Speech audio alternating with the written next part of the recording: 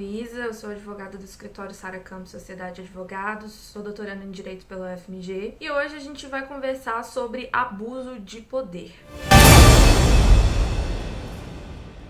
Então, o que é abuso de poder? A gente vai definir abuso de poder como um ato que é cometido por um agente público, seja ele servidor ou não, e que no exercício das suas funções, ou a pretexto de exercer as suas funções, vai abusar do poder que tenha lhe sido atribuído. Como a gente já conversou no último encontro sobre improbidade administrativa, nós vamos entender agentes públicos como qualquer pessoa que vai prestar qualquer tipo de serviço ao Estado. Então, vai exercer funções públicas na sua acepção mais ampla, né? Vai ser o braço do Estado na sua prestação de serviços. Quando você é agente público, você está agindo como se fosse o Estado. Você representa o Estado para todos os efeitos. E essa representação vem com uma série de poderes.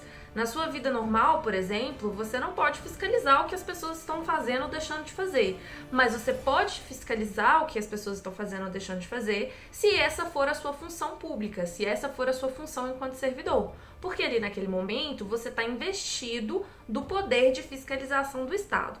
Então, como você é atribuído um poder específico de fiscalização, o abuso de poder é nada mais do que a utilização abusiva deste poder que o Estado te atribuiu, seja de fiscalização, seja de multa, seja de notificação, qualquer que seja o poder que o Estado tenha te atribuído. Se você utiliza desse poder de uma forma abusiva, isso a gente vai considerar como abuso de poder. Tudo certo? Os juristas, né, que são as pessoas que são estudiosas do direito, elas vão entender o abuso de poder como um gênero. E esse gênero vai ter duas espécies, o excesso de poder e o desvio de poder, que a gente também vai chamar de desvio de finalidade. No excesso de poder, o agente público vai atuar sem competência para agir.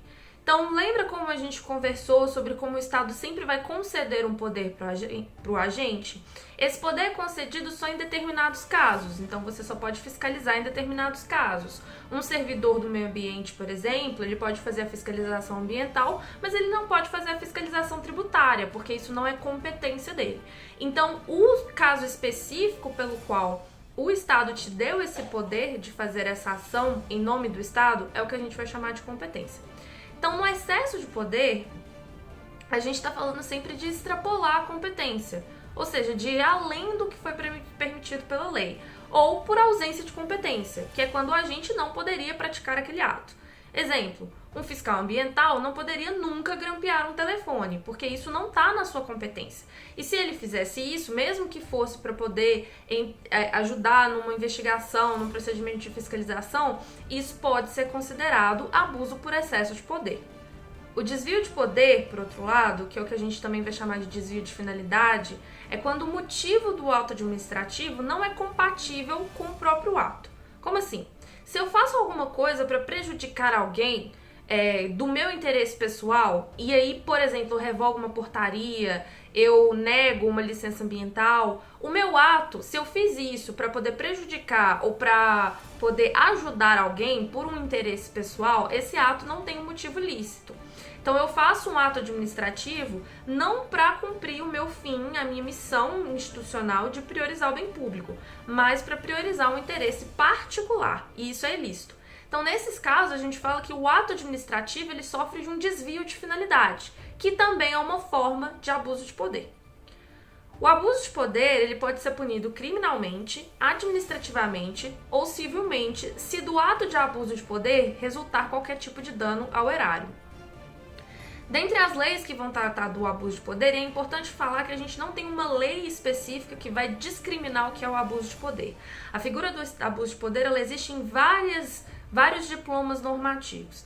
Um deles, né, é o próprio Estatuto dos Servidores do Estado de Minas Gerais, onde a gente tem o artigo 217, parágrafo 4º, que vai afirmar que é proibido utilizar o cargo para lograr proveito pessoal em detrimento da dignidade da função.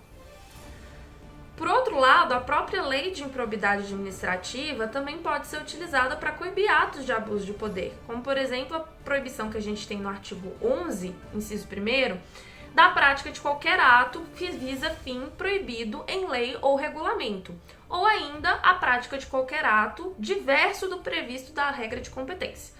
A prática desses dois atos que estão previstos na Lei de Improbidade Administrativa, como a gente viu no nosso último encontro, pode inclusive levar à perda da função pública. Outra lei que é extremamente relevante é a Lei de Abuso de Autoridade, que é a Lei 13.869 de 2019, que vai falar exatamente sobre os crimes que são cometidos por agente público que vai abusar de poder que tenha lhe sido atribuído. Entre os crimes que são citados na lei, e essas são responsabilizações criminais, a gente pode listar a inovação artificiosa dentro de um processo para responsabilizar ou agravar a responsabilidade de alguém no curso dessa fiscalização administrativa, no curso desse processo administrativo. A gente tem a obtenção de prova por meio ilícito ou ainda prestar informações falsas sobre o procedimento administrativo que seja em detrimento do investigado. Nós também temos a iniciação de processo ou o começo de um processo administrativo sem nenhum motivo fundamentado e ainda, por fim, a gente tem a extensão indefinida de uma investigação sem nenhum motivo posterior, sem nenhum motivo evidente em prejuízo do fiscalizado, então ficar postergando o fim de um procedimento administrativo. Com essa explicação bem breve, a gente pode perceber que o abuso de poder é um tema seríssimo na administração pública, que pode levar à perda do cargo, à responsabilização civil e, em casos extremos, até à própria persecução criminal. Então essa foi uma aula bem curtinha sobre o que é abuso de poder. Espero que vocês tenham entendido e a gente se vê numa próxima.